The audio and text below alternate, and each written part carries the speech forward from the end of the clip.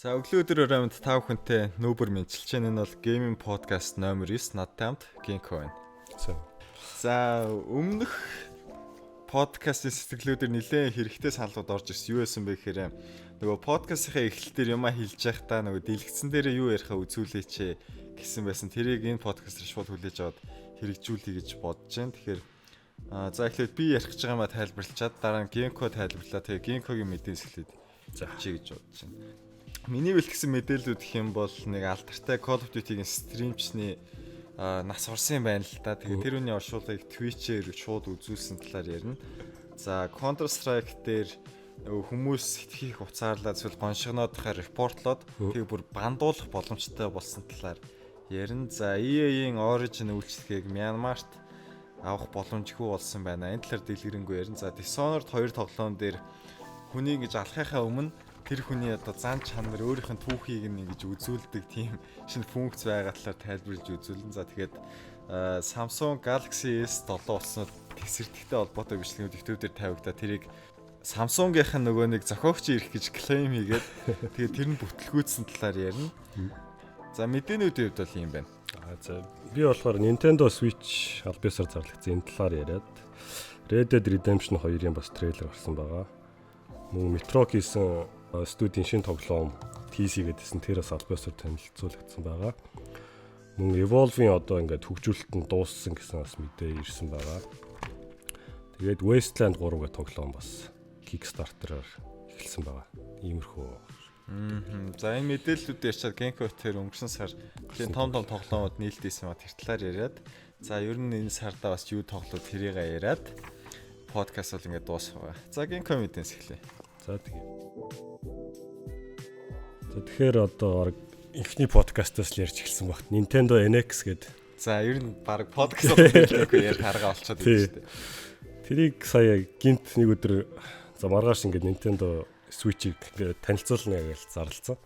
Тэгээд одоо NX гэж явж байсан бол яг албасын нэр Nintendo Switch гэдэг нэртэй болсон байлаа. За тэгээд ингээд трейлер үзсэн бол ингээд бэлгэцэн хоёр гартай. Тэгээд тэрийг салаад тийм шууд нөгөө зурагт мурагтаар үзүүлээд их лаглаг архлын явуулсан шүү дээ. Тэгээд тэрийг буцаагаад ингээд одоо нэг юм тавьдаг док шиг юм байна л. Тэрнээ тавингуудаа буцаад ингээд телевизэртээ залуу тоглолцож болдог.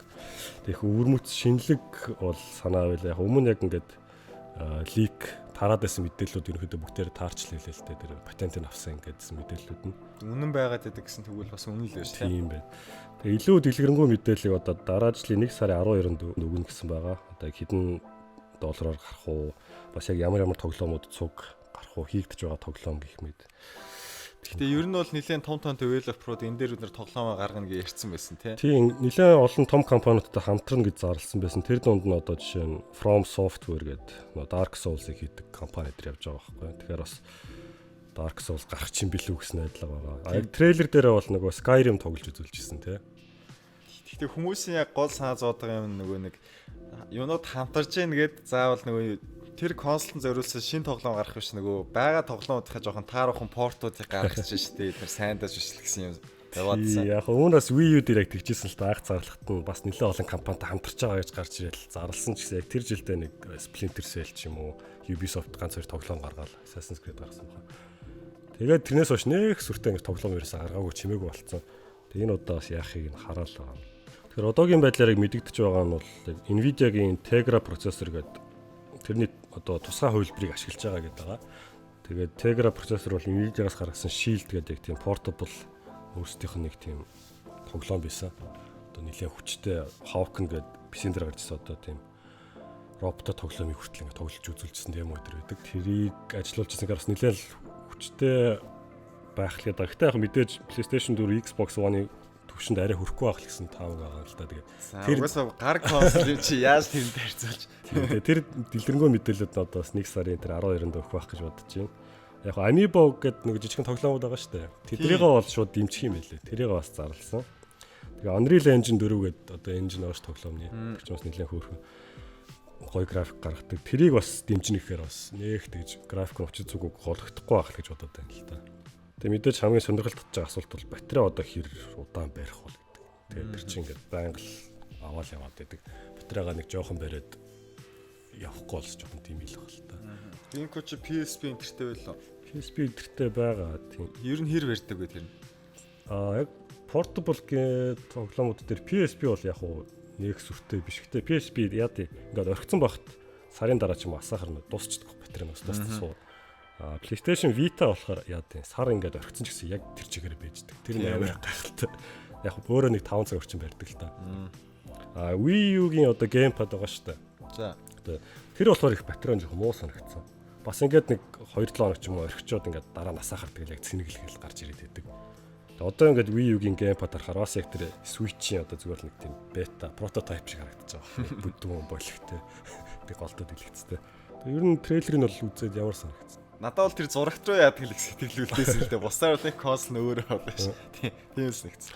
Тий анзаарсан бол нөгөө диск биш нөгөө картриж гэдэг юм. Одоо нөгөө дээр үеих шиг тийм картриж дискаа уншдаг болж байгаа юм билээ CD-гээр биш. Тэг ер нь бол нэлээд одоо яг PlayStation 4, Xbox One-ыг бодвол нэлээд шин өвөрмөц байгаа баг. Nintendo ер нь бол байгаль тэгж ирж ирсэн л та. Wii анх Wii гарч байгаа ч гэсэн ингээл motion control гээл гарч ирсэн.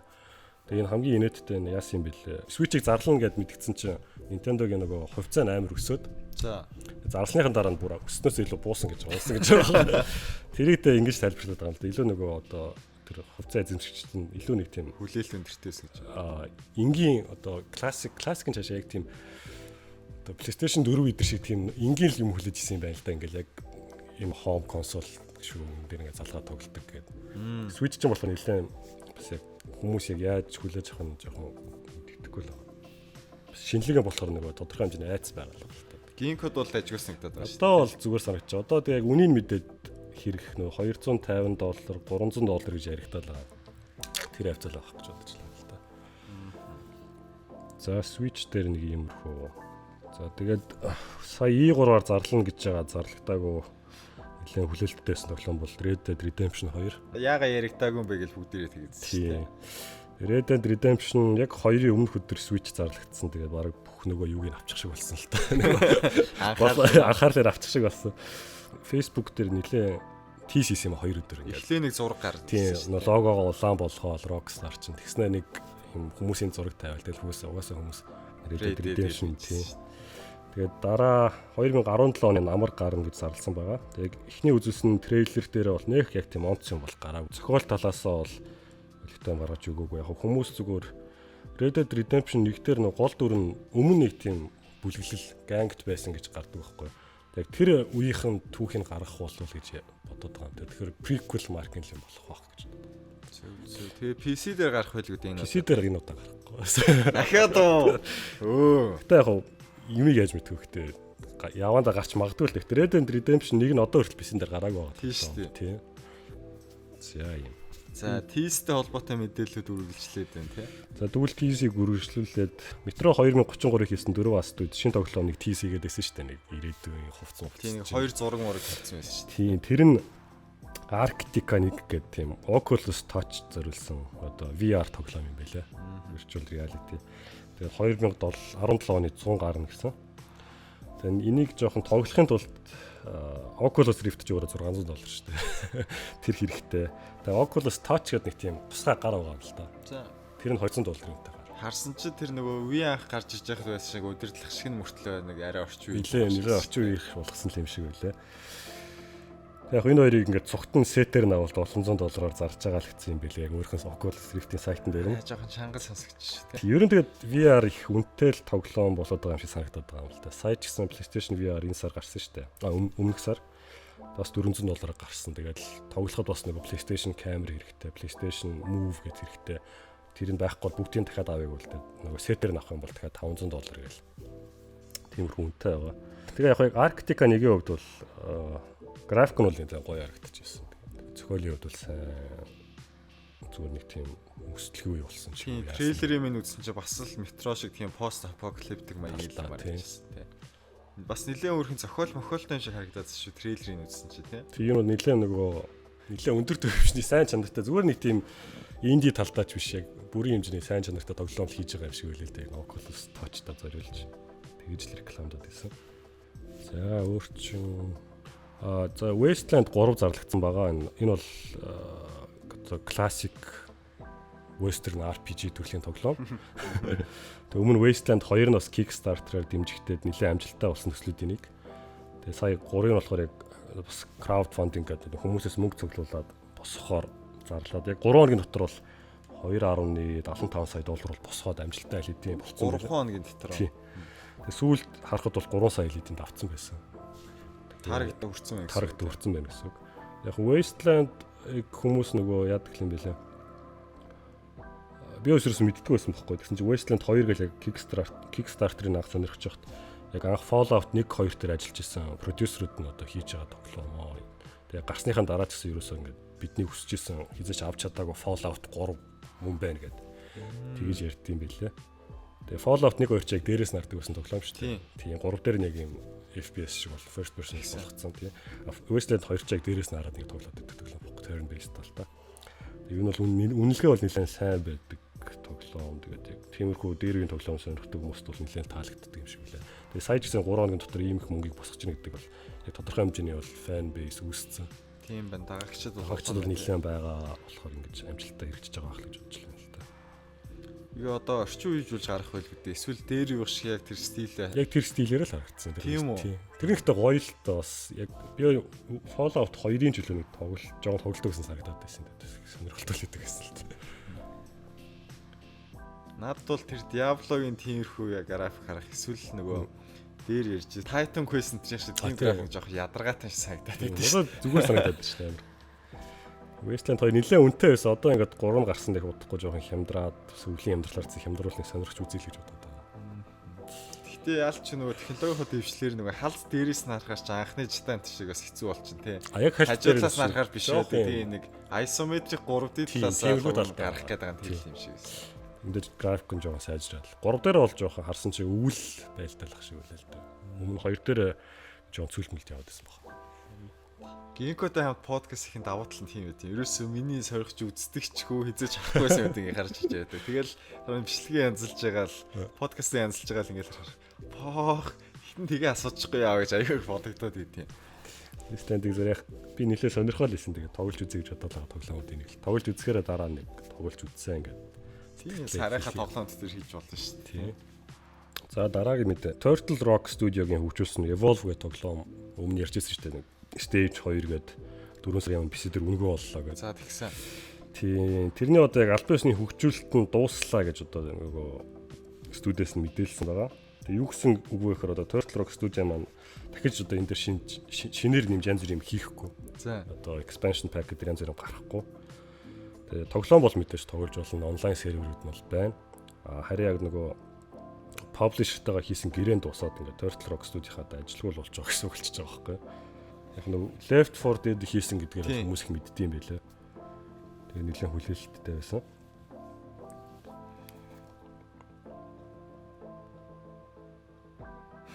Нэр ажилгүй болсон байх. Тийм. Тэгээ яг уг нь бол яг 4 сарын өмнө гарчаад нэлээд Steam-ийн нэлээд топ чигсалтан дээр яваад байсан шүү дээ. Тийм. Үнгүү болоод гинт плеерийн тоог өсрөөл гараад ирсэн шүү дээ. Тэгээ яг энэ одоо оюуны өмчийн эзэмшдэг тэр 2K гэдэг юу компанид нь таалагддаг юм уу яасан лав нөгөө гэрээг нь дуусгаад ингээд одоо дахиж янз бүр юм нэмж гаргахгүй ингээд дууссан болсон гэж зарлалцсан билээ. Угаасаа гарцсан тоглоом дээр нэмж контент хөгжүүлнэ гэдэг чинь баг шаардлагагүй зардал та тийм. Гэтэ яг нэг expansion pack гэдэг чинь янз бүрийн нэг ивент өдр болдсон шүү дээ онлайн тоглоом чинь. Тиймэрхүү юмнууд дахиж гарахгүй тэгэл ер нь явандаа ингээд хүчин гэсэн үг болчихж байгаа. Тэгэхээр тоглоом нөр үнэхээр мүлжүр муутай байна гэж ерөөсөө гарсан цагаас авах хэлээдсэн шүү дээ. Дараа жил баг тэгээд нэг удахгүй сервер хаагтлаа гэж мэдээ гарч ирж магадгүй л байх гэж байна. За миний бэлдсэн мэдээ нэг нэмэрхүү л байна да. За миний бэлдсэн мэдээлэл бол Ginkgo шиг ийм айхтар том юу биш зүгээр нэг тоглоомын одоо тоглоомчид community талаас сонслох юу болвоо гэдэг талаас нь би бол бэлдээд байдаг. За подкаст номер 8 яагаад оройч гарсан бэ гэхээр нөгөө гэрт ажил явдал хараад манай эмээ бурхан болсон. Тэгээ ажил явдал энэ хөдөө явах болоод тэгээ жоохон оройч гарсан байгаа л да. Тэгээд тэгсэн чинь бас сайн нэг их алдартай мэрэгчлийн Call of Duty-гийн геймер за лайв стример 23 настай залуу автослоор нас урсан байна. Тэгээ яаж яхад өөрөө жолоож байгаа гэж орчин судлал явж байгаа юм хавцтай болсон байна л да. Тэгээд Fizzorp гэдэг нэртэй Call of Duty-гийн бүр мэрэгжлийн тоглогч байсан байгаа байхгүй. YouTube руу ороод үзсэн чи 71900 subscriberтай 9 сарны 2 сая үзэлттэй. Бүр нэлээд алдартай хүн байсан. Би бол хизээ сонсож байгаагүй. Гэхдээ онцлогтой юм нь юу болсон бэ гэхээр энэ хүний оршуулгын ёслолыг бүхэлд нь Twitch-ээр шууд дамжуулж үзсэн. Хамгийн дээдл нь 9,000 хүн нэг дор үзчихсэн байна гэж юм л да. Тэгэхээр бас их сонирхолтой санагдлаа. Тэгээд скриншот юунтайг хараадсан чи их хүндэтгэлтэйгээр хийж бүтээсэн юмд ингээд талархаж чинь ингээд бас rest in peace энтргээл комментууд л явж байгаа харагдчихсан. Тэгээд ер нь цаашлаад бодоод үзэхэд ер нь Facebook-ийн live энтргээл те Twitch энтргээл ер нь ингээд шууд дамжуулдаг юу яваанда хэр хол хөгжих бол гэж бодогдож байгаа юм л та. Тийм дараа нь хөрмийн ёслох юм те өсгөлийн баяр бүх юмуд ингээд лаваар хийгтэл хүмүүсээс хуваалцагдах боломжтой болох юм болов уу гэж бодогдоод бас сонирхолтой санагдлаа. Тэгээд бас интернетийн цаас хэрэл хүмүүс тийм дандаа цэрлэг бүдүүлэг байдаг юм биш вэ те. Тэгэхээр цагаад болохоор бид нар чинь бас дотроо сайн хүмүүс юм байх шүү гэдэг тийм өөдрөг бодол бол төрлөө. За дараагийн мэдээ гэх юм бол Counter Strike-ийн сая Halloween-ийн апдейт 10 сарын 25-нд бол гарсан байна. За тэнд юу өөрчлөгдсөн бэ гэхээр за CS:GO-ийн хувьд болохоор Overwatch гээд нэлээд өндөр зэрэглэлийн өндөр ранктай тоглогчид нь хүмүүсийн репорт хийсэн юмыг нь үзээд энэ хүн үнэхээр чит хийсэн үгүй юу гэдгийг нь харгалзч үзээ. Тэгээд нөгөө бан хийх бол бан хийгээд яга явдаг тийм тогтолцоо авахгүй юу. Тэгээд тэгсэн чинь нөгөө хүмүүс гоншгоноо эсвэл болохгүйгээр дайраад зүйлсийг репортлж өгнө бол болдог байсан. Тэрийг Overwatch-ийн үзээд түр хугацаанд бол нөгөө тоглох боломжгүй болгочдөг гэсэн аахгүй юу. Cooldown нөгөө 7 хоног байт юм уу тий. Тэгсэн чинь одоо болохоор сая апдейтээс хойш тэр хүмүүсийг бүр мөсөн бандах бол боломжтой болсон байна л да. Тэгэл бас тэрхий хатуу шийдвэр юм биш үү? Тэрхий хатуу шийтгэл юм биш үү гэсэн юм бол одоо нөгөө шууд нөгөө вак бан нэг гэсэн юм. Вак бан ч болохоор шууд читтэй холбоотой л доо. Гэхдээ энэ грифингтэй холбоотой бандалт нь бол яг ямар бан гэж явах юм сайн мэдэхгүй байна. Гэхдээ ер нь бол тоглох боломжгүй болно л гэсэн. Мультиплеер тоглох болно. Тийм, аккаунт дээр нь айгүй бол бараг вак бан гэж гарч ирэхгүй л гэж бодож байна. Гэхдээ энийг бас сайн харах хэрэгтэй юм байна. Наа чи их чухал асуулт биш шүү. Яг нэг удаадаа бол анхааруулга аваад түр хугацаанд тоглох боломжтой өнгөрнө. Давтан эрэхтэй 2 дахь удаагаас шууд бандуулаад явна найраа байхгүй шүү гэсэн мэлээ. Steam support-ыг хандаад бол ямарч нэмэргүй тэндээс cooldown чи басах банкч гаргаж тийм аргалах юм бол байхгүй шүү гэсэн юм нь бол patch notes дээр бичигдсэн байлээ. За тэгвэл нэг талаасаа ингээд нэг сумаар 2 тулаа буудаа иж байгаа байхгүй юу? Valve-ийн бол ерөөсөө нэг талаасаа community тоглож байгаа хүмүүсээ илүү их өөдрөг, илүү их соёлтой болгоно. Нөгөө талаасаа хүмүүс бандаад ирэхээр нөгөө тоглоомын борлуулалт дэжлээ явж байгаа шүү дээ. Тэгэхээр бас их аюу айтайхан шийдвэр бол Valve-ийн зүгээс гарцсан байна гэж. Бандуулсан хүмүүс чинь шинээр аккаунт нэгээд авчих юм шүү дээ. Тийм тэгэл авчихна гэсэн үг. Тэгээд хүмүүсийг яг шудраг бусаар репортлж, бөөнөр репортлж болно л та тий. Гэхдээ Overwatch-ын үзээд эцсийн шийдвэрийг гаргаж байгаа учраас бас харьцангуй гайгүй болов гэж би бол бодож байна. За дараагийн мэдээ болохоор EA-ийн Origin үйлчлэгийг Мянмар улсад ашиглах боломжгүй болсон байна гэсэн байсан. Тэгээд энэ нь болохоор Мянмараас гадна Куб, Иран, Хойд Солонгос, Судан, Сир, Украины хэсэг байсан Кримд бол ашиглах боломжгүй болсон гэж байна. За энэ ямар учиртайгаар ингэж сонгогдсон юм бэ гэхээр Америкийн нэгдсэн улсаас худалдааны хориг эмбарго тавиад за энэ улсуудаа бид нар худалдаа үйлчлэгийг бол хийхгүй гэсэн чинь EA-ийн бид нар энэ улс орныхоо хуулийг дагнаа гэд Мянмарт бол энэ үйлчлэгийг хаагаа хийсэн байсан. Тэгсэн чинь 10 сард Обама мэдээлэл хийгээд за Мянмарт тавьсан энэ хоригоо бид нар цуцлж байна гэсэн чинь EA-ийн Origin-ыг бид нар одоо тэн нээхээр ажиллаж байна гэсэн мэдээллийг бол тавьсан байлээ. Origin дээр хэдэн зуун доллар бүр хэдэн мянган доллар хүртэл зарцуулсан хүмүүс ингээд ерөөсөө ашиглах ямарч боломжгүй болчихж байгаа байхгүй. Тэгэхээр бас ямар аимшигтай байдаг харагдуулж байна л та. Тэгээ ер нь бол орог даяаршиж байгаа энэ дэлхийн ертөнцид ийм улс орны хориг юу иймэрхүү виртуал юм нөлөөлөх хэрэгтэй юм уу юу гэж бас бодогч байна. Яг нөгөө Steam-ийн region lock энэ төр байдаг л та. Би яг нарийн судалж үзээгүй л. Гэхдээ миний ойлголтоор болохоор хүчтэй хүчгүй тэр валюта энэ ялгаанаас олж нөгөө ашгаа алдахгүйгээд хаагаад ингэж бодоод байхгүй юу. Тэрнээс би бас тэрийн асуудал биш шүү дээ. Чи яг нөгөө хаанч нэлээ хямдхан газар очиж нөгөө авсан тоглоом үнэтэй газар руу бие биенээ одоо гифтээр явуулдаг ч юм уу те эсвэл юугаа сольж мөлөд болдог ч юм уу. Манайхаа анзаараад тахтаа яадаг юм бэ лээ. Ихэнх нь Steam-ийг бүгдийг нь Орос болгочихсон юм билээ те. Тэгээд хямдхан аваад байдаг. Тийм энэ болохоор яг бизнесийн шийдвэр байгаа байхгүй те. Гэхдээ Origin-ийн болохоор яг улс төрөөс болоод хүмүүс үйлчлэгийг авах боломжгүй болчихж байгаа байхгүй те. За Dishonored 2 дээр тоглоомын механик байна гэнэ л дээ. Гэхдээ Dishonored 1 дээр ингэж heart гэж зүрх гэж юм байдаг гэсэн. Тэр нь болохоор нөгөө karma систем сайн юм хийхээс намаараад зарим нэг үр дагавар ч юм өөрчлөгддөг, таарах юм өөрчлөгддөг.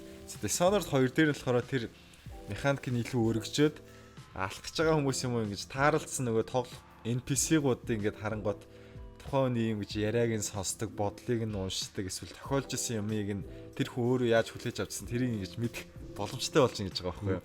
Тэгээд яг нөгөө сайн муу юм хийхээр нь дараачих нь үр дагавар үзүүлэх шиг хэрвээ тэрийг сонсоод тэр нь сайн юм байж таараа тэр ихнийг алдчих юм бол оноогоо их алдаг ч юм уу. Хэрвээ муу байж байгаад алах юм бол тэр карма оноогоо бага алдаг ч юм уу тий.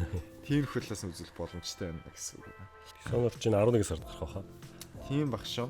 Тэгээд миний бодлоор бол заавал ингэж тэр тоглоомын эсийн үр дүнтэй холбох гэдэг нь жоохон утгагүй юм шиг санагдсан л да. Зүгээр л байдаг нэмэлттэй хүмүүс ашиглалаас ашиглахгүй бол тэрлүү зэрэг ашиглах юм бол тэр ертөнцийн тухай илүү их мэдээд эсвэл хүнийхээ хувьд би юм нөхцөл яах байсан бол гэж бодох тийм төрүүлэх нэг тийм хөөрхөн нэмэлт байсан бол зүгээр эсэ болов. Заавал ингэж ийм хүнийг алах юм бол муу гэж тоглоом цаасаа ингэж шийдээд магадгүй бид нар өөр шийдвэрч гарах хэсгийг үгүйсэхгүй шүү дээ тий. Тэгээд тоглоом цаас өөрөө шийдээд эхлэхээр л нэг жоохон утгагүй юм шиг санагдаад идэв юм л та. Энэ шиг нэг жишээ их юм бол нөгөө Spec Ops The Line гэх тэр тоглоом дэр яадаг байхгүй юм. Яг ингээд байлал явж байгаа чинь нэг радио мэн гэдэг нэг нөхөр байдаг байхгүй эсрэг талийнхан. Тэгээд тэр нь болохоор ингээд хүмүүс бууцаад өө наад залуу чинь тэнд сайн дураар ажилладаг шүү дээ. Наад чинь тийм юм асардаг байсан шүү дээ. Чи яага халаа хийж байгаа юм. Ингээд тэнгүүд ямар ч нөлөө байхгүй нээс амар тусдаг байсан байхгүй надад. Тэгээд тэр санагдаад арай илүү үр дүнтэй implementation тэнд байсан юм болоо заавал ингэж хүсэх хэрэг байсан юм болоо гэж бодсон. Гэхдээ байхгүй байсаас л их сонирхолтой санагдсан. Ямар зүгээр нэг хүн биш ийм таарлцсан саадаг давж байгаа ш тийм. Үнэхээр нэг хүнтэй таарч шүү. Энэ нэг алхан зөв буруу шийдвэр гарах хэрэгтэй болоод байгаа нь бол их сонирхолтой санагдлаа. За дараагийн мэдээ нь болохоор S-Daddy 345 гэдэг нөхөр болохоор Jita 5-ын тесэрдэг Samsung-ийн утастай модтой бичлэгийг үл YouTube дээрээ тавьсан байна л да. Тэгсэн чинь YouTube цаанаасаа бол нөгөө нэг copyright claim гэдэг оюуны өмчийг шудраг усаар ашиглаж байгаа бол тэрийг ашиглаж мөнгө олж байгаа бол нөгөө үндсэн яг зохиосон мөнгийг авах хэрэгтэй гэх тийм зохиогчд нь тэр бүтээл минийхаа гэх тийм claim хийх боломжтой байдаг. За тэгсэн чинь Samsung тэр нь болохоор манай бүтээлгээд тэр бичлэгийг claim хийгээд үзэх боломжгүй болгоцсон байгаа байхгүй юу. Тэгээ ер нь бол энэ подкаст имжлэг янзлж байгаа ч гэсэн claim их тохиолдол зөндөө гардаг л да. Гэхдээ YouTuber нөгөө нэг реклам тавиад monetize хийгээд энэ channel ерөөсөө нэг ч цент тоглоогүй тэрийг би бүр хаагаа хийсэн байхгүй. Тийм учраас зүгээр нэг дараахан подкаст байгаа хүмүүсийн мэдээлэл хүргэдэг юм байгаа маа. Энэ үднээс бичлэгийг бид нар оруулсан би бүр тайлбарлалт бичих хэрэгтэй болжсэн. Тэр нэг Японы компани байсан. Nintendo арай бишээсэн баха. Тэгээ явуулсан чи дараа нь бичлэг хаагаагүй бичлэг үзэх боломжтой болсон байсан. Ер нь бол тийм болдог. Тэгээд тэгсэн чи Samsung болохоор тэр манай утсыг оруулсан байна гэд claim-ийг хийсэн юм байна л да. Тэгсэн чи нөгөө S-Daddy 345 гэж нөхөр үгүй би энэ ямар хамаатай юм бэ те? Ямар зохиогчийн эрхтэй юм би авч ашигласан юм уу? Зүгээр л чи юм гээд өөрийнхөө кейсийг, өөрийнхөө аргументийг ингэ дэвшлээ тавьсан чи YouTube тэрийг нь зөвшөөрсөн байна л та. Ер нь бол ийм юмнуудыг бол давраагаал байвал давраал байна шүү дээ тий. Зүгээр нэг бүтээгдэхүүн нь орлоо гэд тэр бичлэгийг хаагаа ичдэг гэдэг бол аим шиг үсттэй тий. Дараа нь ямар ч юмны ингэж үрийг суулгаж байгаа бид нар бол таашгүй байхгүй. Тийм ч бас ингэж иймэрхүү тохиолдолгон дээр ийм S-Daddy 345 шиг зоригтой бас тэнэгдэж гэмээр эсвэл завтай гэмээр хүмүүс ингэж тэмцэж байгаа нь бол бахархууштай сайн юм а гэж боддог л доо. Тэгээд тийм шоолуулахгүй бай, ийм юмд өртөхгүй бай гэх юм бол одоо тесэрдгүүл утас систем байна гэж ойлгож болох нь. Гэхдээ нөгөө талаасаа нөгөө технологи дэвшлээд гар усны ч одоо нөгөө түргэн цэнгэлэгч fast charging-аараа өрсөлдөг болсон байна л да. Тэгээд нийтлүүд уншаад байхад бол энэ нөгөө нэг тэр fast charging-аас үүдэлтэй батарейнаас үүдэлтэй л халдал гэсэн үг л тийм. Батарейнаас үүдэлтэй юм байна гэсэн юмнууд л харагдчихсан. За мэдээнүүдийн хувьд бол юм байна. Одоо тэгээд 10 сард нээлттэйсэн. За ер нь бол подкаст заавал тийм сартаа багч гарахгүй учраас энэ подкаст гарах хүртэл нээлттэйсэн тоглоод бас онцлогыг нь Geeko тэр бол танилцуулна. За хамгийн томоос нь гэж бодож байгаа Battlefield 1-ийг эхлээд одоо хамгийн хайптай явж байгаа. Ревьюуд хараад байхад бол ер нь Bad Company 2-оос хойш хамгийн сайн Battlefield гэж ярьж илээ. Тэгээд би ерөөсө тоглож үзэж байгаагүй Bad Company 2-ыг. Гэхдээ харахад бол нөгөө өмнөх Battlefield-үүдийг харж явж байгаа Bad Company 2-оос бол ер нь орчин үеийн Battlefield яг өнгө төрхөө бол олж эхэлсэн юм шиг харагдчихсан. Тэгээд Bad Company 2-ын зохиолч гэсэн бас дайны сөрөг зүйлсийг бас үзүүлсэн, зохиол нь сайн, дөрүүд нь бас сонирхолтой гэж яригдсан байлээ. Тэгээд тэрнээс хойш хамгийн сайн Battlefield гэхээр бас нэг юм хилээд ин гэж бол бодож байна л да. Тэгээд энэ удаа онцлог нь болохоор single player буюу нэг тоглогчийн горин дээр бас их анхаарсан гэж. Яг нь шинэ Battlefield болгон дээр л хэлдэг. Гэхдээ энэ удаа бол хамгийн хүмүүс таалагдж байгаа нь болж байна гэж байна. Гэхдээ ер нь бол яг геймплей юм тэр CS user interface-ийг хараад байхад сая гарсан Battlefront, Star Wars Battlefront бол их төстэй харагдаад байсан. Тэр customization классуудыг хараад тотлол тийм байсан. Тэгээд нэг тоглогчийн гормын хувьд болохоор ерөнхийдөө бас дэлхийн газрын зурагчийн юм дээр үзүүлээд тэнд байгаа ингэж хэд хэдэн 6 өөр түүх байгаа юм л да. Жишээ нэг Италид байгаа машин ганчин нисгэгч байна, жирийн нэг явган цэрэгч тэгэл таагч ч гэдэг юм те. Тэр дөрүүд бол янз янзын бас өөр өөр шиг сонсогдсон хүмүүсээр тэр хүмүүсийн нүдээр тэр дайны аим шиг бол үзүүлэгч орлож байгаа нь бас их магтууштай байна гэсэн. Гэхдээ тоглоом өөрөө яг тэр түүхүүдийг тоглоо явах юм бол 5-8 цагийн дотор дуусч जैन, жоохон богинохон байна, ээлтэй гэсэн юм бол харагдж ирсэн. Гэхдээ яг Battlefield-ийг тоглох гэж авж байгаа гол худалдаа авагч нь болохоор яг олон тоглогчийн горимд яадаг болохоор тэр хүмүүс бол олон тоглогчийн горимороо тоглоод дэрэгд нь бас нэг юм хөөрхөн под хийсэн зохиолтой ботын сүүлийн явдалтай юм байхаар болж штэ гэсэн сэтгэлтэй бол байгаар гэж байсан. Заавал амар ингэ зохиолын төлөж жаадаг хүмүүс үйл хангалттай биш гэсэн шүүмжийг хэлээд байгаа харагдчихсан. За зохиол талаасаа бол тийм байна. Тэгээд олон тоглогчийн горим талаасаа бол ерөөхдөө хөгжилтэй байна л гэж юм л да. Дэлхийн 1-р дайны үйл явдалтай тоглоомд тийм ч их гараад байдгөө. Тэгээд тийм шинэлэг газар өрнөж байгаагаар бол сонирхолтой байна гэсэн. Гэхдээ гол шүүмжлэл нь болохоор нөгөө хитрхи их туршилтын прототип гэсэн нэртэй автомат зэвсгүүд бол дэлхийн 1-р дайнд дүүрэн байна гэж байна. Геймплей харангуут л ерөөсө дандаа автомат зэвсгтэй хүмүүс гүйлдэл яваад байгаа харагдчихсан. Дэлхийн 1-р дайнд ч эхлэл болон төгсгөл хавьдал яг тийм их байсан. Дунд нь болохоор ерөөсө 3 хэдэн жил Фуко ухаал нэг л нөгөө пуужи хүүдэр гардаг чинь нөгөө нэг л газар яваад нэг л улсуудтайгаа уулзаад чинь нөгөө нэг л газараа байлдаал тийм амар аимшигтай болж ирснийг бөөсөө хайцсан байна. Жохон хурдан хэмнэлтэй болсон байна гэж тэгжсэн. За шин тоглоом модууд гэх юм бол Operations гээд тэр л хамгийн сайн нэг гэж ярьжсэн. Хуучин Battlefield мэддэг усууд гэх юм бол тэр нөгөө Rush гэсэн battle мод юм бэлээ. Ийм бусад хүмүүс тайлбарлахад бол би өөрөө ч гэсэн сайн мэддэггүй. Тэгэхэд бол ийм нэг тоглоомын үеийн ийм хэд хэдэн давхрах үетэй байгаа юм л да. Одоо checkpoint гэх нь хайшин тий. Нэгтэл нь дайрдаг, нэгтэл нь хамгаалдаг. Тэгээ хамгаалдаг тал нь өөр өөрсдөө гэсэн хязгаарлагдвал нөөстэй дайрж гатал нь ч гэсэн нэг хугацаанд дамжиж тэрийг эсэх ёстой ч үгүй юм тий. Тэгээд тэрийг нь байлдаж ижлээд дуусчих юм бол дараачихаа үеийг нь уншаал ингээд шилжээл нөгөө фронт нь ингээд шилжээ явж байгаа байхгүй. Тэр нь болохоор хүмүүс их учир утгатай юм шиг юм ингэж амжилт олоод байгаа санагтаар гоё болсон мэн гэжсэн. Тэгээд тэр тулдаа нэхлэхийн өмнө хүртэл энд яг тэр тал ийм талтайгаа байлж чинь ялагдл гэдэг бол ийм учир утгатай юм аа. Ялагдл гэдэг бол ийм байх юм аа гэдэг. Тэр түүхэн талаас бас нэг жоохон юм тайлбарлаад байгаа хүмүүс бас юм мэдж аваад байгаа шиг хайтайх юм байна гэжсэн. За тэгээ бүр ялагдаад ирэхээр нөгөө агаарын бөмбөлөг хуйлагдсан та гэдэргээ трейлер геймплейд үзэндээ харагдсан.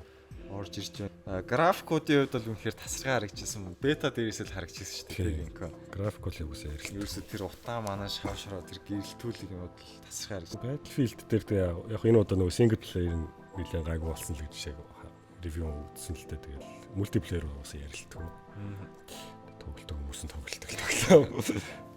Яг энэ нэг би Battlefield 3-ыг Humble Bundle-аар аваад нэг тоглох гэж үзсэн юм байна Origin-аас. За.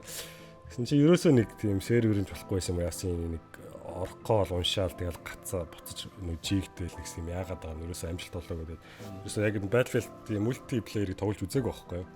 Тэг нэг үзье гэстэй. Үзээгүй байгаа болохоор яг тийм гоё гайхамшиг сайн мэдрээгүй л л та. Тэгэхээр нэг сүртэй нэг хайп байхгүй. Гэхдээ ер нь бол энэ раундыг ер нь EA-ийн яллаа, Battlefield яллаа гэж хэлээд байгаа шүү дээ. Ер нь тийм Call of Duty дээр эсрэгээ Battlefield гэх юм бол мэдээж ярилтгүй л байна л та.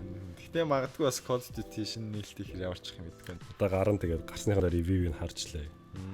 Гэхдээ ер нь бол ингэж шинэ тэр болгон хүмүүсийн үзээд байдгүй дайнд аваачаа тийм бүр түүхэн заах ба зарим нь түүхэн бишээсэн ч гэсэн ингэж хүмүүсийн сонирхлыг татгаар ийм газар аваач гэдэг талаас бол үнэхээр сонирхолтой магтууштай байна. За дараагийн тоглоом шүүдэр тоглоомтой үргэлжлүүлээ Titanfall-ыг хуулиа ярьчих тий. За тийм.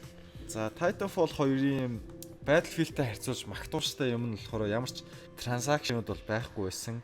Нэмэлтүүд бүх юм үнэгүй, season pass гэж байхгүй, map-ууд үнэгүй, game mode-ууд үнэгүй, ирээдүйн апдейтүүд бүгдээрээ үнэгүй гэсэн их том амралтуудыг бол өгсөн байсан. Тэрийг харахад бол сайхан харагдчихсан. Ер нь season pass гарах бүх DLC-г үнэгүй гэд нэлээ одоо орчин үеийн шүүтрүүд нэлээ шүүмжилж байгаа юм л та. Тэгэл Call of Duty ч гэсэн Battlefield гэсэн тэгэл season pass гэл $40-50 одоо болчиход байгаа шүү дээ. Тийм эхний Titanfall-ыг хүмүүс нэг тоох байсан ч гэсэн шууд ингээл ялгарчиж байгаа байхгүй юу тийм. За тоглолтын үед болохоор бас Battlefield-тэй адилхан нэг тоглолтын горим дээр анхаарсан байгаа. Өмнөх нь болохоор зүгээр хоорондоо хүмүүс байлж хооронд л хажуугаар нөгөө honest trailer нь хүртэл гарсан байсан. Skype-ийн дуудлага шиг хажууд нь жижигхэн дэлсэр хүн гарч ирчээд алга болчиход би зохиолтой. Гэсэн чи энэ удаа бол зохиол дээр бас жоохон анхаарах гэж үзсэн. 5-аас 6 цагийн хооронд бол тоглоод дуусчихаар тэгээ ядж байхад эхний тоглоомтойгоо зохиолын их холбосон байна гинэ. Тэр чинь нэг корпорац юм уу засгийн газрын нэг юмтай л босгочд байлдаад гэж гараад тэгээд тэрнтэйгээ холбоотой их юм яриад байгаа нь тэрийг угаасаа тоогоогүй таалагддаг хүмүүс бол жоохон ойлгомжгүй зүйтэй байсан гэж хэлсэн байсан.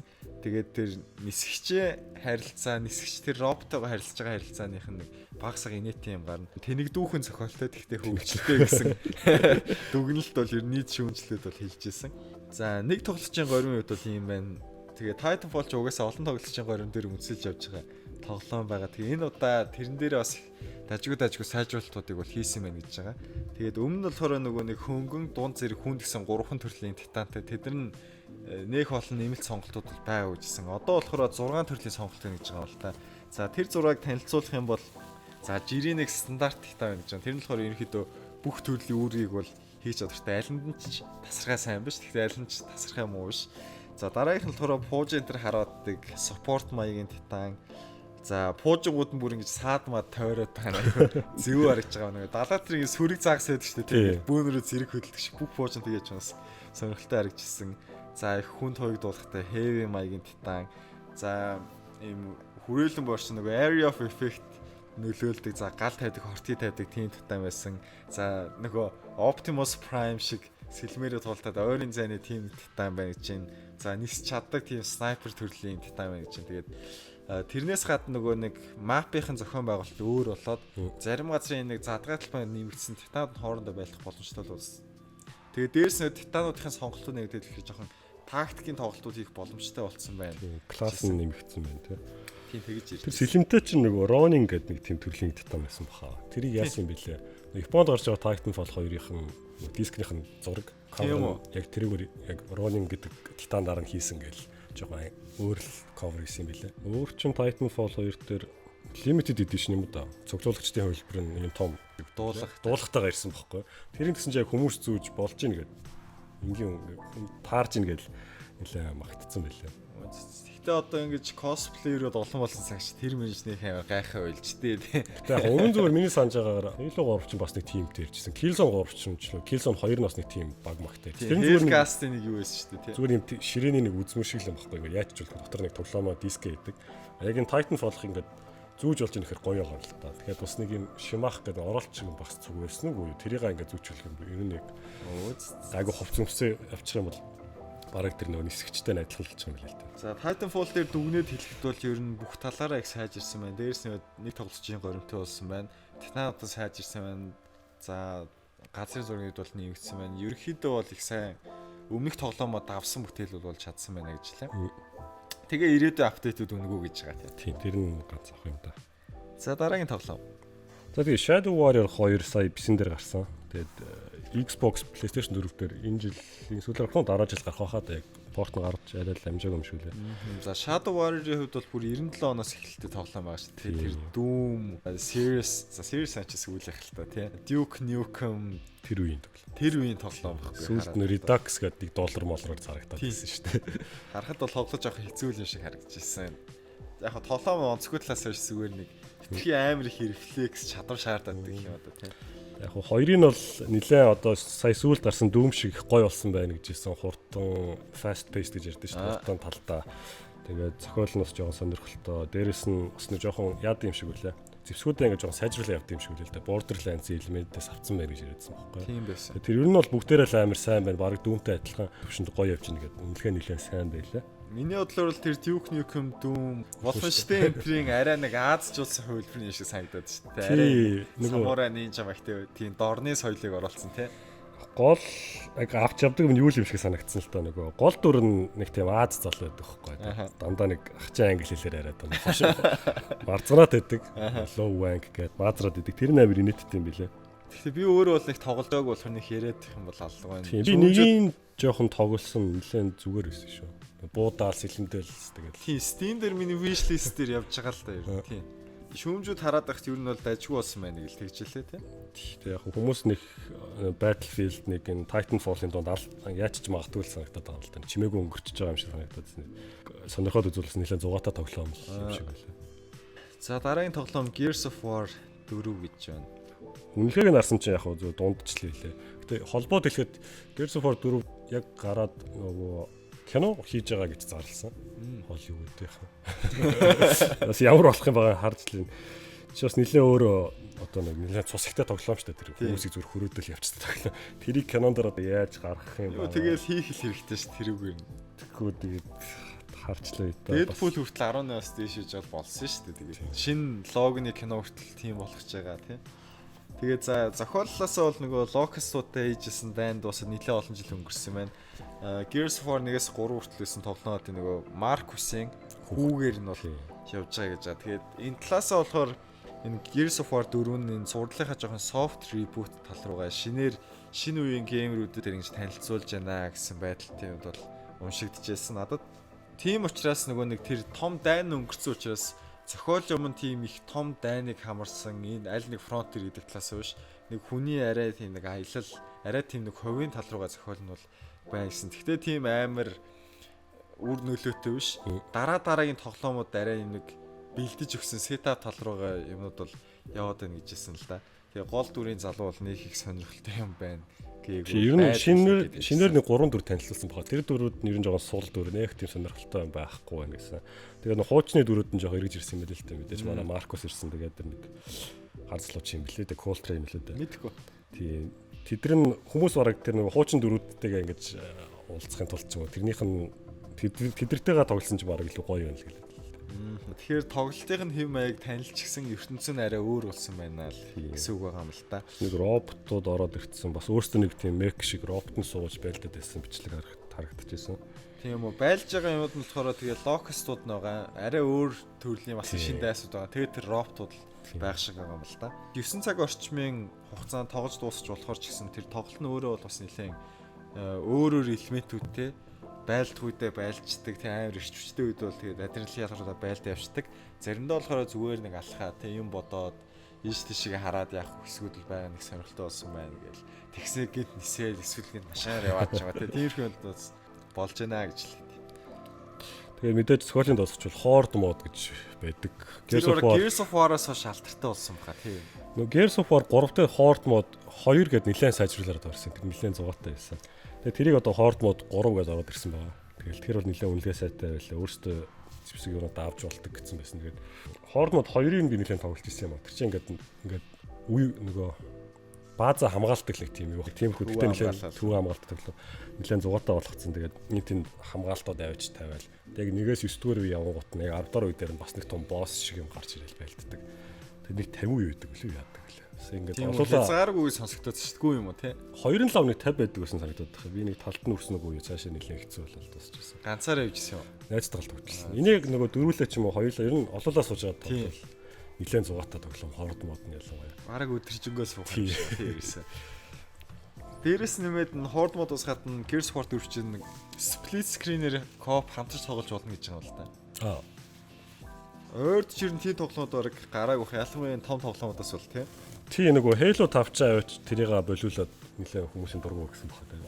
Тэгэхээр хамтдаа нэг зургатан дээрээ суугаад тоглож болно гэдэг бол их л сайхан санагдаж байна. Ялангуяа наад чиг огт соргтгүй магадгүй нэг өдөр геймкод ч юм уу хин нэг таамт ингээд чи нэг тоглоод үзчих юм бол тоглох л ахгүй тий. Тэрнээс өөрөө ингээ шинэ Xbox худалдаж аваад тоглоом юм аваад гээл нөгөө Xbox-ийн онлайн тоглох үйлчлэгийг аваад ингээ яа нэг жил байхгүй ингээ суугаад тоглож болно гэдэг бол надад амар байсан гэж байгаа тий.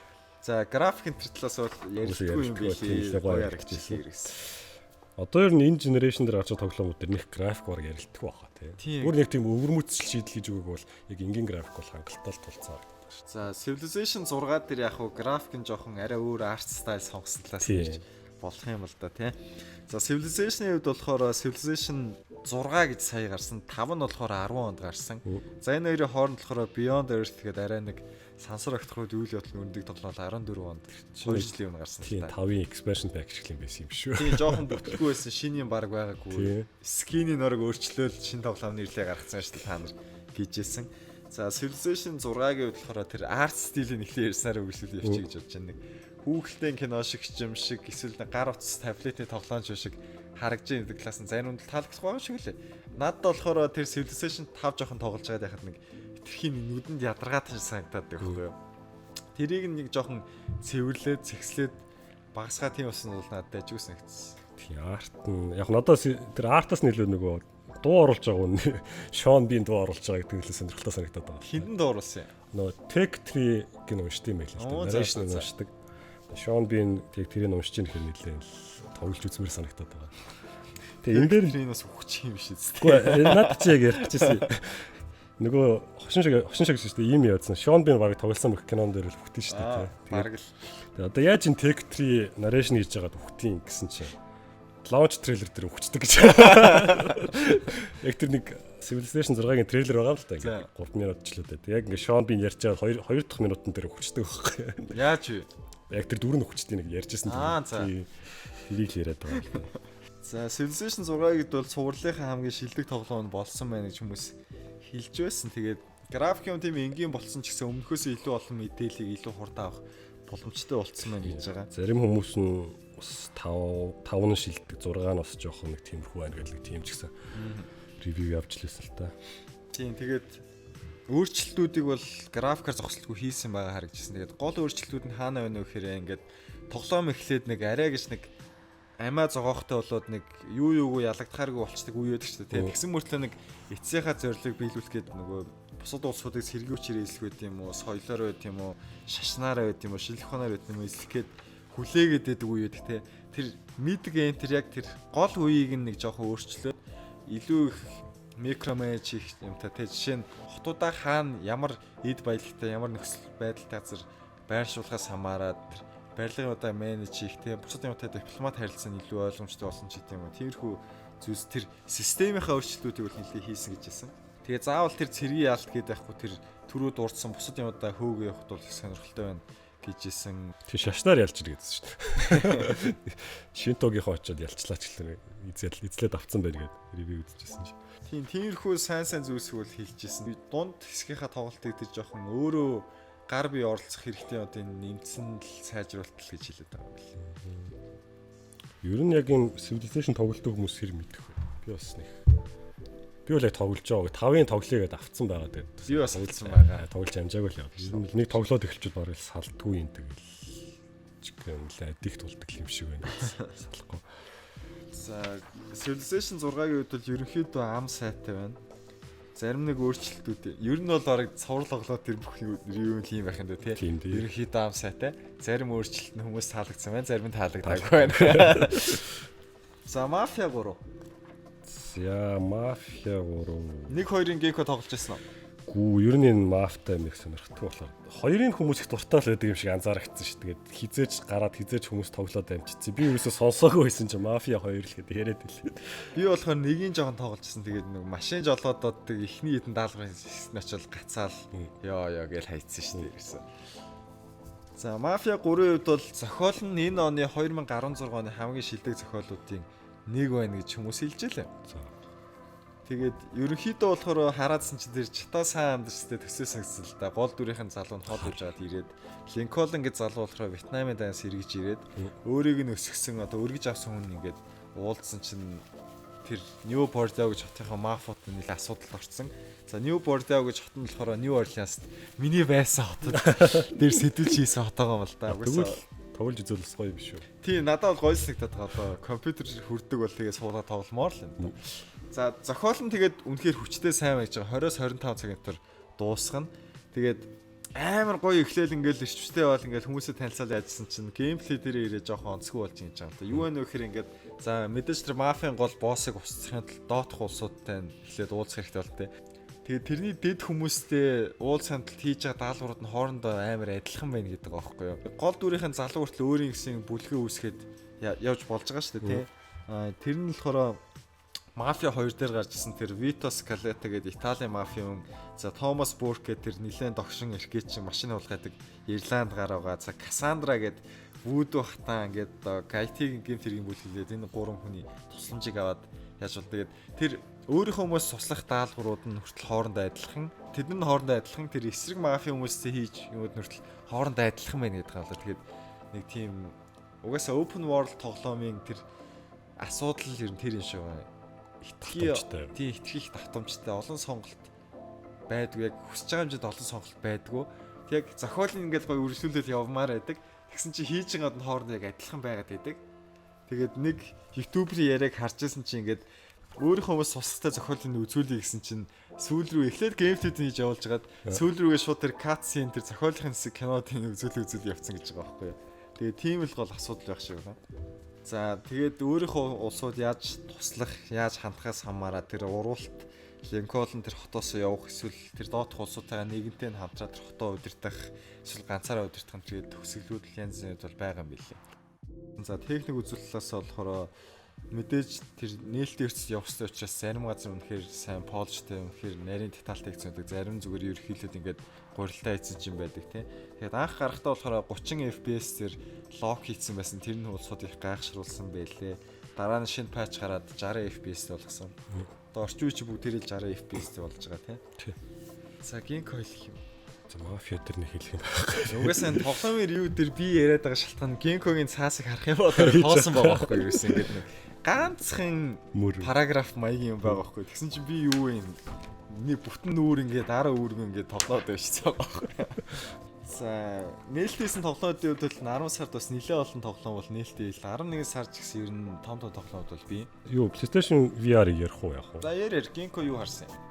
Үгүй яг хөө сая нээлттэйгээд худалдаанд гарсан зэрэг хэд хэдэн тоглоомод гарлаа.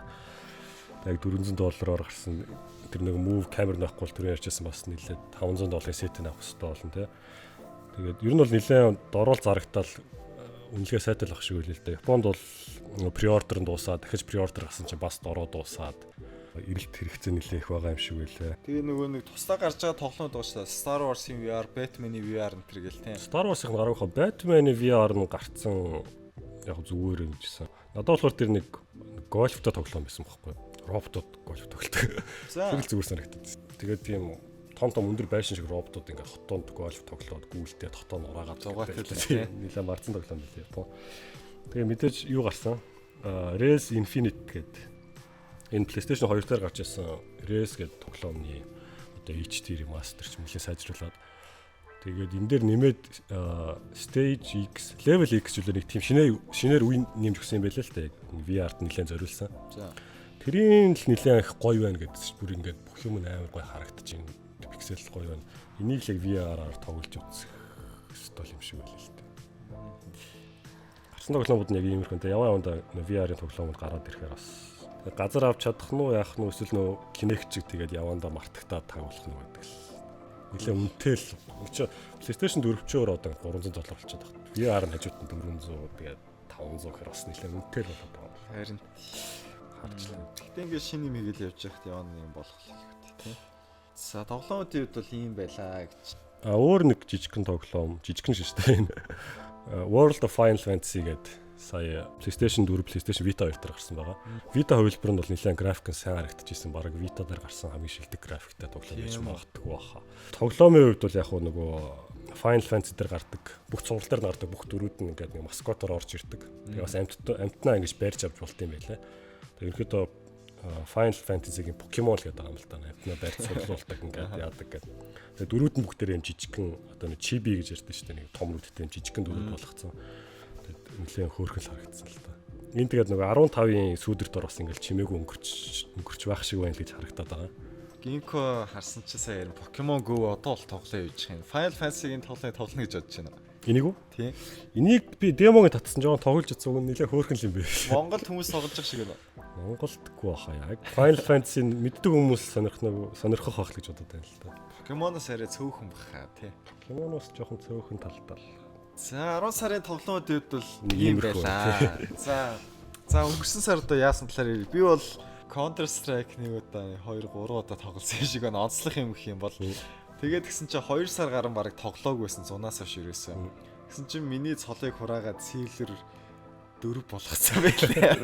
Sealer-ийг нь болохоор ер нь хамгийн сугал сол нөхгүй юу. Тэгээд шинэ апдейтууд энэ төр гарсан тэр зэвсгийн чимээ тэр нь бол надад ирэхэд таалагдсан. Тэгээд Dota дээр сугараад ирэхээр Counter High тоглохоор амар сайн болсон ш санагдав. Цолыг хураагаад авчаад суухан хүмүүсээ тоглохоор ч гэсэн бүр гоё санагддаг байх. Надад бол тийг санагдсан. Тийм байла. Тэгээд онц тоглоом бол үнэхээр тоглож чадсангүй юм. Ажил явдал юм. Тэгэл миний ажил сургууль гэсээр хагаад подкастынхаа бичлэгийн хүртэл ингээл оройтой бол жоох явж штэ тий. За Гинко юу? Би нөгөө чиний өмнө ярьжсэн Nation State-ийг жоох эхлүүлж. Тийм Гинкогийн улсыг харсан чинь бас эхлүүлээд би нэг улсыг дагаж болдсон байлаа их зуутай. Тэгээ одоо хин нүүбрийн улс юу хийж ийн гэж харж болдог. Ямар шийдвэр гаргасан бэ гэдэг. Өмнө би ч айгу стрессгүй байжээ. Өмнө өөрийгөө стресстэй гэж бодсохгүй байж. Одоо Гинко харж байгаа гэж бодсон чи айгу. Яана ингэж хогсон чи шүүмжилж байгаа болоо гэж бод. Тийм тэрийг сонирхлоо text based тоглоом болохоор яг тийм юу юм бэл. Тоглоомч биш ингээ шийдвэр гаргаал тэл үр дүн ямар өнөг дээр хардаг те. Тийм өдөртөө барыг нэг 10 минут болохгүй юу юм чинь. Тийм яг өдөртөө нэг 5 асуудал үүсэл яг тэр 5-ыг харж байгаа шийдэж бол дараа маргааш насны 5 асуудал үүсчихдэг юм лээ. Тэрийг жоохон явуулаад байгаа нэг хаяа санахаараа. Тэгээ яг анзаарсан юм нөгөө хүмүүстэй эрхчлөө өгөөд улс төрийн эрхчлөө нэлээд өндөр байх юм бол эдийн засаг нь бол хог дээр өсөрт юм байлээ. Харин тийм ээ. Би яг эсэргээрээ болчиход байгаа. Эдийн засгаа сайн барийг болтол хүмүүсийн эрхчлөөг боохосоор л аргагүй болдог юм байлээ л. Бэлээ л дээ тоглоом дээр л тийш гараад байгаа л да тэгээ бодтой байдал дээр ямар юм. Миний улс ч айгүй галзуу шүү дээ ерөөсөн. Хүмүүс хүүхдтэй болж болохгүй бүгдийг засгийн газраас ингэж клонж уулдаг. Айрам нь болохоор ингэж ДНХ-г нь янзлаад бүр 2 м өндөр хүмүүс байлдаг. Үхсэн хүмүүсийг болохоор үхэхгүй. Үхэх цаг нь болохоор ингэж засгийн газар нь хурааж аваад тэгээд бүтээгдэхүүн болгоод идэж болдог юм болоо цагаадаг заяа. Ямар аим. Гүй тэгтээ ингээл боловсрал юм эдийн засаг байгаль орчинд айгүй анхаардаг гэж юу ярьж байгаа. Тэгээд хаяа уншихаар би чи юу хийх гэдэг юм бэ гэж боддог. За би өөр бас нэг богинохон тоглоом амжицсан. За Inside гэдэг энэ өмнө Limbo хийжсэн студ, Playdead гэдэг студ байдаг. Зэвүүн харагдаад чи трейлер энэ айгүй ингээл шик. Тийм Inside-ийг тоглож дуусгасан. 2 цагийн л тоглоом билээ. Энэ ихэд puzzle платформер төрлийн тоглоом ингээд бас ингээд жоохон явангаа ганц хоёр асуудал. Нөгөө puzzle ингээд яадаг шийдэх юм чааш. Puzzle ингээд яагаад явдаг. Хүчний тайлаа явдаг. Тэгээд уур амьсгал нэлээд гоё юм билээ анзаарсан. Чин ингээд цаад зохиолын авир мэдмээр санагдсан л та. Ерөөс ямар ч юм гарч ирдэг байхгүй юу. Тэгэл нэг хүүхэд ингээл яваал гэдэг. Тэгэл тэр нэг сонин багтаа хүмүүс хүн амт хурааж аваал. Тэгснэ ингээл амар том байгууламжууд байгаа. Дараа нь үерт живцсэн нэг тийм байгууламж руу ороод давхрууд нь бүр амар дээшээ доош нэлээд өндөр. Тэгээ байж байгаа нэг тийм shockwave гэдэг хүчтэй буудаал тэнд нь ордох юм бол шууд ингээд үхээд байгаа л та. Тэр ягаад тийм үүсэж байгаа юм мэддэхгүй. Нэг тийм сонин хорхотцсон гахаанууд яваал. Тэгснэ усанд орны сонин хүн амт явж ирэлтэй. Тэгж жагаад дуусчт юм билээ. Тэгээд цаад зохиолын илүү мэдмээр санагдсан. Тэгээд энэ дээр бас нэлээд зохиолын тайлбарласан хүмүүсийн бичлэгүүдийг зөндөө өвдсөн бас сонирхолтой юм билээ. Тэгээд яг өмнөх Limbo-тай харьцуулах юм бол puzzle-ууд нь нэлээд амархан нэг тийш толгоо тэгвэл тоглоно надад чи. Байгаагүй. Limbo дээр ч бас ганц хоёрын энийг бүр яад нэг нэлээд гацдаг байхгүй. Энд дээр бол зүгээр ерөнхийдөө за ингэчих юм байна гэж шууд явцсан. Puzzle тоглоомудаас юм бол би нэг машинаар юм тэрийг л нэг жоох явуулчихсан юм байна. Тэгээд нэлээд сонсч ирсэн юм байна. Хөгжим амар гоё ш тэр ирсэн. Тийм нэрээ Inside-ийн хөгжим нь ихлээд нэг байхгүй юм шиг мөртлөө сонсоод их юм бол зарим үед дээр амар зэвүүн аяа орж ирдэг. Нэлээд уур амьсгал гоё бүрдүүлж өгдөг. Тийм график нь хүртэл тэр тоглоомын яваг их дэмжсэн шиг гэж тийм айгүй минималистик цэвэрхэн өнгөтэй. Тэгээ хүйтэн өнгөтэй тийм зэвүүн. Тийм одоо дэлхийн ертөнцийг юу болцсон нэг тийм бас байж болохоор нэг тийм зэвүүн ертөнцийг л гаргаад байгаа. Эсвэл хүүхдийн нүдээр тэгж харагдаж байгаа юм болоо гэж зөндөө олон ингээд онлог бишүүлсэн л ахalta тийм бас нэг нууц төгсгөлтэй байд юм байлаа.